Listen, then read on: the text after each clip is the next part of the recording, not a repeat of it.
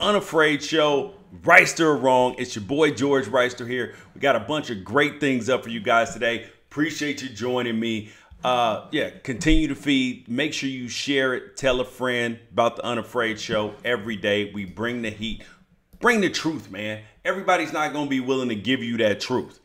They want you to be sheep. They want you to follow the regular party line. They want you to do this and do that. No, but here at the Unafraid Show, we bring the heat, we bring the noise, and we bring that action, that truth that you need. And it's thanks to you guys. Make sure you guys send in your comments, send in your questions, unafraidshow@gmail.com. Everything's available. If you miss a show, you can watch it on, you can listen to it on iTunes or tune in. Make sure you get it. We got a bunch of great things up for you guys today. First of which is, with the Super Bowl, with the Super Bowl on Sunday, bunch of big things came out. Obviously, we covered Doug Peterson. We covered all that. But the biggest question from the Super Bowl on Sunday was this. The biggest question was, what the hell happened to Malcom Butler? Why didn't Malcom Butler play?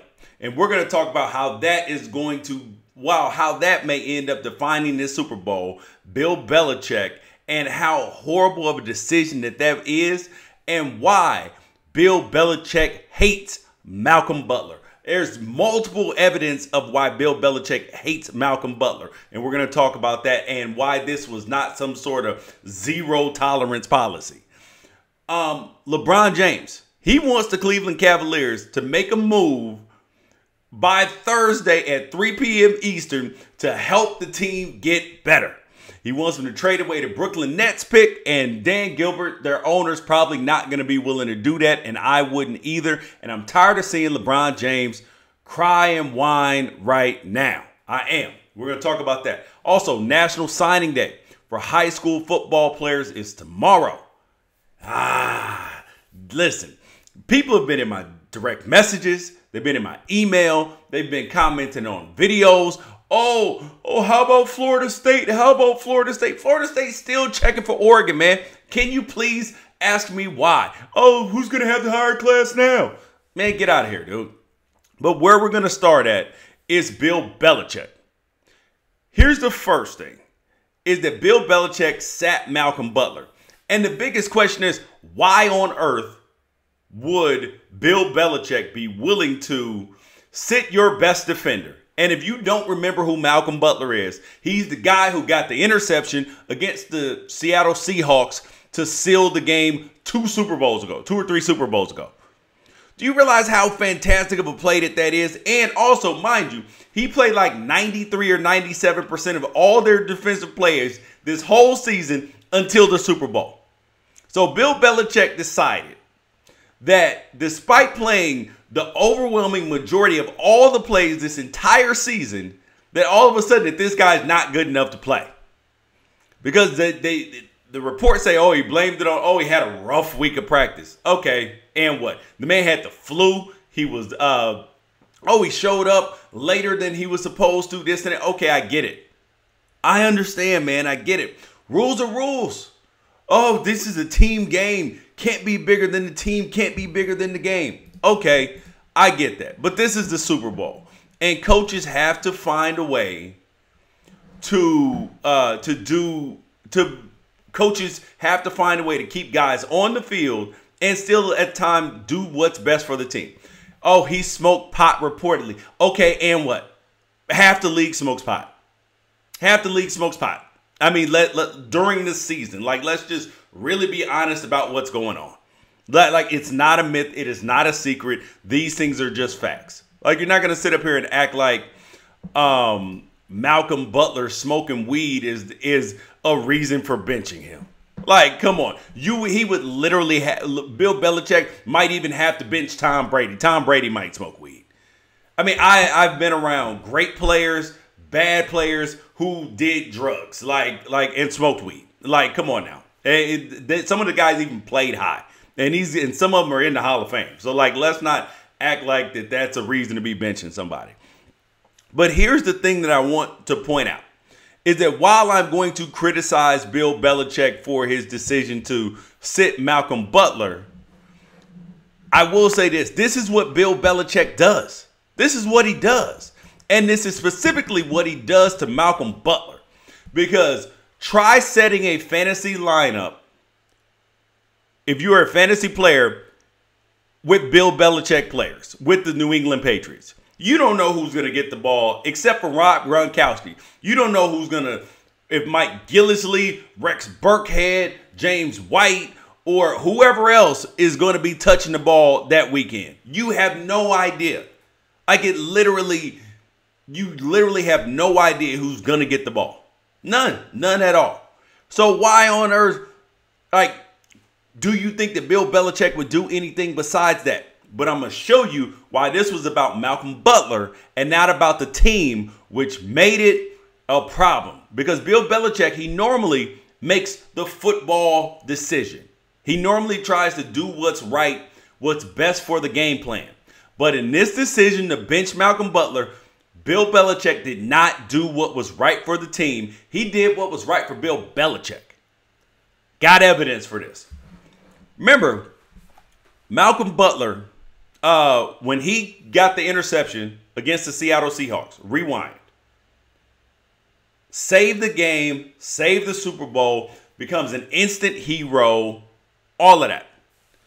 That next offseason, he was flying from home or wherever he was on the way back to Foxborough for off-season workouts, for voluntary off-season workouts. Voluntary. And so he got caught in the middle of a snowstorm in Chicago, and Bill Belichick sat him out the entire offseason. Like, wouldn't let him practice with the rest of the team the same way. Excuse me? This is what Bill Belichick did. So how on earth are you going to try to explain to me that Bill Belichick was trying to do what was best for the team? So he sat Malcom Butler out that whole offseason. Malcom Butler comes back, turns out to be one of the best cornerbacks in all of football. And then now this time he comes back and benches him again. And you expect me to believe that Bill Belichick, that this was not about Malcom Butler, but this is about Bill Belichick. How does that make sense? Huh? How does this make sense?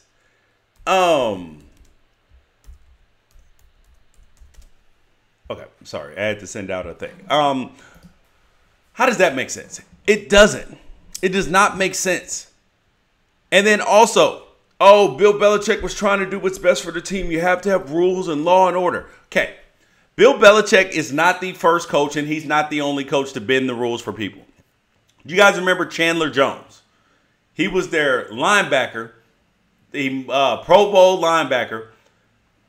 Chandler Jones walked into a police station high off bath salts, weed, or K1, synthetic weed, whatever the hell he was high off of. Couldn't find his house and still played in the playoffs. Still played the man in the playoffs. So this was Bill Belichick being petty with Malcom Butler. And also another reason to show that this was not about the team and that this was about Bill Belichick and his ego. Eric Rowe, the man who replaced Malcom Butler, didn't even know that he was starting until right before kickoff. What? What? So how on earth could you possibly be making a decision that's right for the team when you don't let the other people, let the guy know he's going to be starting until right before the game starts? Until right before the game starts. I mean, as a coach, you're going to have issues with players. These things are typical. These things are normal. They're not out of the ordinary. So Bill Belichick essentially did to Malcom Butler what he did to Adalius Thomas, who was one of the best linebackers in all of football, ran the man out of town, made him look like a trash person, an individual, and not like he was for the team and all this. Because that's what the Patriots do. They're good at that. Control the narrative. Control the narrative. Because if everybody's talking about the rules are the rules, Bill Belichick's great coach enforcing them, but then don't really look behind it, because the public doesn't look like 2-3 layers deep. Public looks at the headlines. They look at it and say, oh, he smoked weed. Oh, he was late. Oh, he was this. Oh, he was that. Coaches deal with these things all sorts of times. That's why they have fines. You fine players who break rules sometimes. You don't hurt the entire team for with the Super Bowl. You just don't. You just don't. Another player that is having a little bit of trouble right now is the LeBron James. I love LeBron James. I think he is the GOAT, the greatest player of all time off the court. He's not the greatest player of all time on the court, but he's the greatest player of all time, I've said, with his teammates, in terms of how he treats his fan. I mean, just winning all the way around. Other great players, you know, the Kobe's have had scandals, Jordan, all this. They haven't won on the same level that that LeBron James has personally. But on the court, yeah, no, he's not the greatest of all time. He's the top 5, but not the greatest. So now at this point in time, the trade deadline is coming up. The Cleveland Cavaliers are playing absolutely awful. They look like they suck. They got a bunch of players from the scratch and dent bin. And the scratch and dent bin is the place where you go to find guys whose careers are on the tail end. That's like Derrick Rose, Dwayne Wade, Channing Frye. I mean, J.R. Smith. Like, these are guys who are on the tail end. I mean, come on. And so you get that. And the other thing about LeBron James is everybody's always built in excuses. Oh, he doesn't have enough help. LeBron doesn't have 14 help. Listen, if you are going to, I mean, like, how many times are we going to accept the excuse he doesn't have enough help? He's been in the league for 15 years. No other superstar ever gets a pass for not having enough help. Michael Jordan didn't have enough help when he first started. There were times Kobe didn't have enough help. I mean, let's just stop making excuses for this. Oh, his teams aren't as good as Jordan and Kobe. Okay, here's the thing is, players make their teams better. And the other thing about it is, I've said it many, many times, LeBron's style of play hurts his other really good teammates. The only one that was not affected was Dwayne Wade in Miami. All the other best players that LeBron has played with have been hurt by his style of play. Because LeBron dominates the basketball. Yes, he passes it, but the players are the majority of the time in catch and shoot situations. They're in catch and shoot. So they're sitting out there, they're waiting on the assist, and it's got to go up immediately. So they don't facilitate any offense besides him. Same thing. That's why Kevin Love's career has been hurt. Chris Bosh told him that. Remember, everybody thought Chris Bosh was salty when LeBron left and went to Cleveland and told Kevin Love, oh, guys, he told Kevin Love, it's tough playing with LeBron. It's tough playing with him. And everybody thought Chris Bosh was salty, that he was acting like a scorned lover. But he wasn't. He was telling the truth. Because Chris Bosh, when he was in Toronto, was one of the top 10 players in the NBA. Top 10. Rebounding, assists, game winners. He was doing all of this. But when he went to go to Miami, played with Dwayne Wade and LeBron James, he was relegated to being a glorified corner three-point shooter. Didn't really get the ball on the block so much because he had to keep the lane clear for LeBron James to get through, for him to be able to go to the basket. Same thing with Kevin Love. Was averaging, 25, 26, and 12 before he played with LeBron? Getting touches on the block. Now, he's got to shoot jump shots.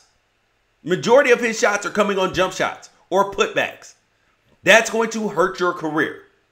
Like I've said it like so many times, everybody, oh, LeBron's the ultimate team guy. He makes his team better. No, he doesn't. He makes bad players better, or players who are limited offensively. But players who are good quality players are not better playing with LeBron James. There is no evidence of that. Except the lone exception is Dwayne Wade, because Dwayne Wade was a guard and handles the ball as well. Look at Kyrie Irving. Let's take Kyrie Irving as a case example. Everybody thought Kyrie Irving can't facilitate offense. He's not a true point guard. He's just an assassin guy. No, that's why he wanted out. His career was being limited. So what does he do? Goes to Boston and shows and proves to everybody that he's a frontline NBA player. That he is a star in the making. That's the difference. That's the difference. And when you look at this trade deadline coming up for the Cleveland Cavaliers, the person to blame for what's going on right now is LeBron James. Well, actually, partly LeBron James. I broke up the percentages on where the blame lies for the Cleveland Cavaliers. Where the blame lies for the Cleveland Cavaliers. And the blame lies for the Cleveland Cavaliers as such. 50% of the blame from the Cleveland Cavaliers goes to their owner, Dan Gilbert. He has to take 50% of the blame. The reason why he's got to take so much of the blame is because he's a tinkerer. He's a tinkerer. He's a guy he's the guy that when somebody is cooking, when somebody's barbecuing, he's the guy who comes over and opens up the smoker. Opens up the smoker, lets all the heat out. He's a tinkerer. If you're baking the cake in the kitchen, he's the guy who comes in, opens the cake up. Oh, let me see the cake. Man, just turn the damn light on in the oven. You can see the cake. Or wait for it to come out. Messing up the cake. That's Dan Gilbert. Dan Gilbert, the owner of the Cavaliers, is a tinkerer. That's why he's got to take 50% of the credit. Because he's a meddler. And he started with the letter to LeBron James. That's why LeBron James didn't want to go back there anyway. But he went back because he loves Cleveland. Not for Dan Gilbert. And then the other reason why Dan Gilbert has to take so much credit, 50% of the blame for what's going on with the Cavaliers, is because he did not retain David Griffin, the general manager who brought him a championship. And the Cavs are the worst run organization in sports. If I told you this, if I told you that there was a company, if I told you that there was a company that was consistently over budget, would not pay good talent, premium prices, continuously overpaid for goods that didn't have very much value, fought with its best employees, and talked bad about them publicly, what would you say about that company? You'd be like, oh, that's a trash company. Well, that's the Cleveland Cavaliers. Consistently over budget. They're all in the luxury tax, have a huge luxury tax bill going. They have draft picks this year, finally again. They let David Griffin go, who got him a championship, good quality general manager, wouldn't pay him good prices. They consistently overpay people who aren't worth the money. Tristan Thompson, J.R. Smith, and then they get players out of the scratch and dent bin and expect them to be great. I've said it.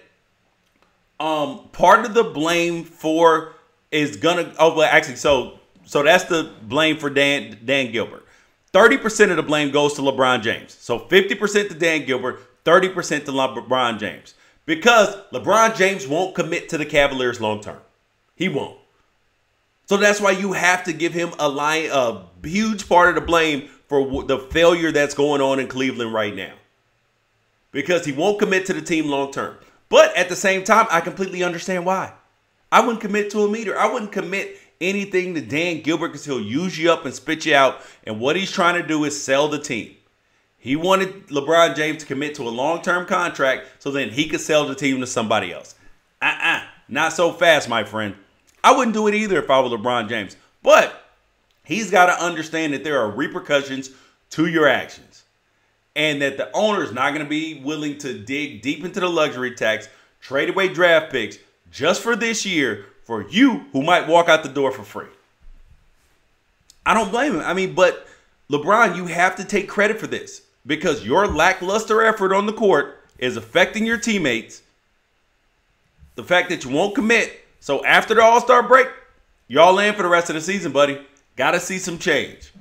20% of the blame for the Cavaliers. So 50% to Dan Gilbert, 30% to LeBron James, and 20% goes to the other players on the team with agendas. You got Isaiah Thomas has an agenda. He wants to get a new contract, be a max player, show he's not just an NBA journeyman scoring guy who had a couple good seasons. So he's got an agenda. You got J.R. Smith trying to find his shot, got personal stuff going on. So that's his agenda. You got Iman Shumpert. Iman Shumpert, every time he comes in the game, he's jacking up shots because he wants to be traded. He's like, you don't want to pay me here? I will show that I can still play. So he's jacking up shots as soon as he comes in. And the only player who on the Cavaliers who deserves 0% of the blame is Kevin Love. And the funny part about it is that Kevin Love is getting a huge portion of the blame, but he deserves 0% of the blame. He's the one player who's showing up, doing his work, getting his job done, and then gets blamed and then doesn't even call everybody out. The little short man, Isaiah Thomas, called out Kevin Love. He's the new dude. Isaiah Thomas just got there, and he's calling out Kevin Love. And he's not even playing well himself. How dare you? And then you got Kevin Love just showing up, workmanlike, going to work every single day, playing amongst his chaos. I feel bad for the man. And then he's got to play with LeBron James, which playing with LeBron James hurts the way he plays basketball already. So Kevin Love is the Chris Bosh. He gets hurt by what's going on by LeBron James with his style of play. Oh, man. I've been trying to explain this for a long time, but people won't do it. People just don't buy it. They just keep giving LeBron excuses. They don't listen. They don't want to hear it. When I tell you that LeBron James doesn't make the best players around him better. He doesn't. But now at this point in time, Dan Gilbert has to want LeBron James gone. He has to. But be careful what you wish for, sir, because you might just get it. Because he's tired of being held hostage. I don't blame him for tired of being held hostage by LeBron James on a year in and year out basis. I don't blame him either. But guess what? These are the breaks, buddy. You created this situation, and now you got to live with it. And guess what? You're going to get LeBron James to walk out the door, and then you're going to look like Jerry Reinsdorf and Jerry Krause from the Bulls when they broke up the Bulls.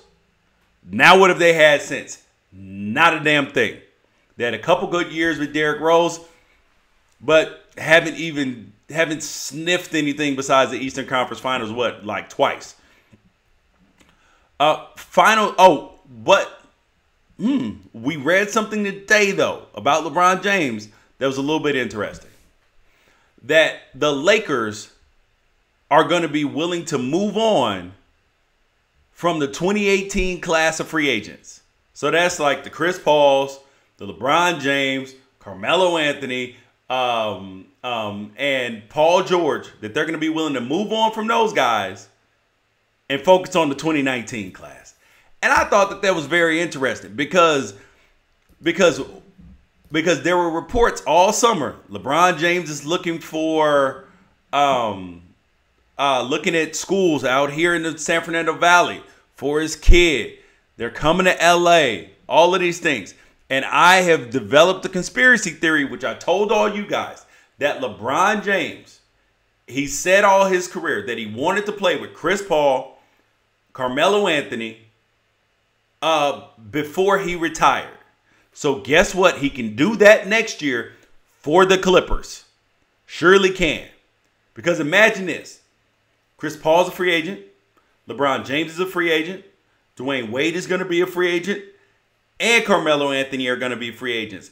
And all of those guys are not going to cost and command top dollars. So guess what? You can get them with the Clippers. Clippers trade away what they have. And now all of a sudden you have a relevant team. Even if it's just for 2 years, you have a relevant team if you are their new owner, Steve Ballmer. Very interesting. Last thing up, though, today is Oregon versus Florida State. You guys make sure you swipe up, share the feed, like the feed, continue the conversation. LeBron's not going to Houston, man. LeBron's not going to Houston. Like, you might as well forget about that because there's no way on earth that those three guys can play together. It's not. It's not even humanly possible. And LeBron James would kill James Harden for his lackluster defense and all of that. It would just be an absolute disaster of a situation. So Oregon versus Florida State. This recruiting class. Oh my God, dude. I have been getting, you guys swipe up, share the feed. I have been getting more hate on my timeline. Whether it's on my timeline, whether it's on the comments on my videos, emails, people say, oh, how about this Oregon Florida State recruiting class? Florida State's number, you said Oregon would finish with a higher class. Florida State's 15, Oregon's 14. Ha ha ha. Still a spot behind, man. And then the signing day is tomorrow. Chill out. And where's the competition? Where is the competition? Because truly, at the end of the day, you still have to go out and play the game. And where do I think that these classes are going to finish up? Because when you look, okay, so Georgia's going to finish with the #1 class. They're likely going to finish with the #1 class in the entire country. Then you got like Ohio State, Texas, Penn State, Miami, Alabama, Oklahoma, Clemson, Notre Dame, Auburn, Washington, LSU, Oregon, and then Florida State, and then USC. There are some key recruits left on the board, and here is what's going to happen. Oregon's never finished with a class above 12. So Oregon's going to finish 9 or 10 in the rankings. Florida State's going to finish 12. Florida State's going to finish 12. Maybe 13, depending on what happens with USC and UCLA over the next few days. But at the end of the day, you got to coach. You got to coach. You got to play. And Florida State's in a tough spot. They're in a tough situation. They're in a tough conference. They got Clemson. They got Miami coming on strong. So, you know, I get it. I get it. But the other thing is Oregon Ducks. I may be up there tomorrow for National Signing Day, which will be exciting. Maybe up there. I'll find out today if we're going to be able to make it happen. And we will do some, we'll conduct some interviews. We will have some good stuff, some good content coming for you guys. So I hope you guys enjoy it. But not only for Oregon, but for the National Signing Day, just in period. We're going to have some insight on you from recruits, from guys past, present, future, all of that. And you're going to be able to learn a lot about how this whole recruiting process and all of that works, how it works people's families. Because I'll tell you this. This, for me, was one of the happiest days of my entire life. Was the day I signed my national letter of intent. And the reason why it was so happy for me is because the stress was finally relieved. I was playing basketball as well as football.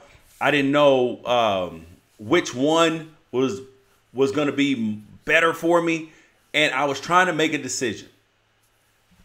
And once I finally signed on that dotted line, all the weight was relieved, came out, played against Gilbert Arenas that night, and had a great game. Had a great game. I think I scored 32, and then I held Gilbert to 29. Held him to 29. That stopped him. Well, yeah, it was because he scored 50 points 3 games before that. Oh, yeah, hold up. Somebody said, somebody said the Cavaliers are gonna shock the world come May and June. Man, if y'all don't get out of here. But anyways, somebody said Florida State will jump Oregon by 9 a.m. in the morning. Listen, and somebody prior to that said that that the loss of that Florida State losing its coach and Jimbo Fisher going to Texas A&M hurt their recruiting. Well, duh. Just like Willie Taggart leaving Oregon hurt Oregon's recruiting. Because had he stayed, they would have been in the fight for a top 3, top 5 class. That's just the truth.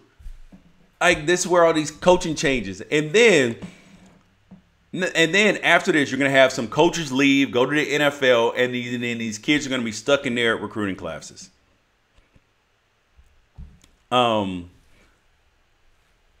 The Cavs. Okay, we'll get to this question before we get up out of here. The Cavaliers won 18 straight already this year. You should be that's a completely underrated move. Okay, look. Yes, they did. They won 18 straight at one point in time, but this is not the same team that's playing right now. The Cavaliers look garbage right now. LeBron James looks old. He looks tired. He looks frustrated. And I'm going to tell you this, that's going to hurt his open market bidding because teams are going to be less willing to mortgage the farm, bet the house on LeBron James because of what he did. I'm sorry, because of how he's playing right now.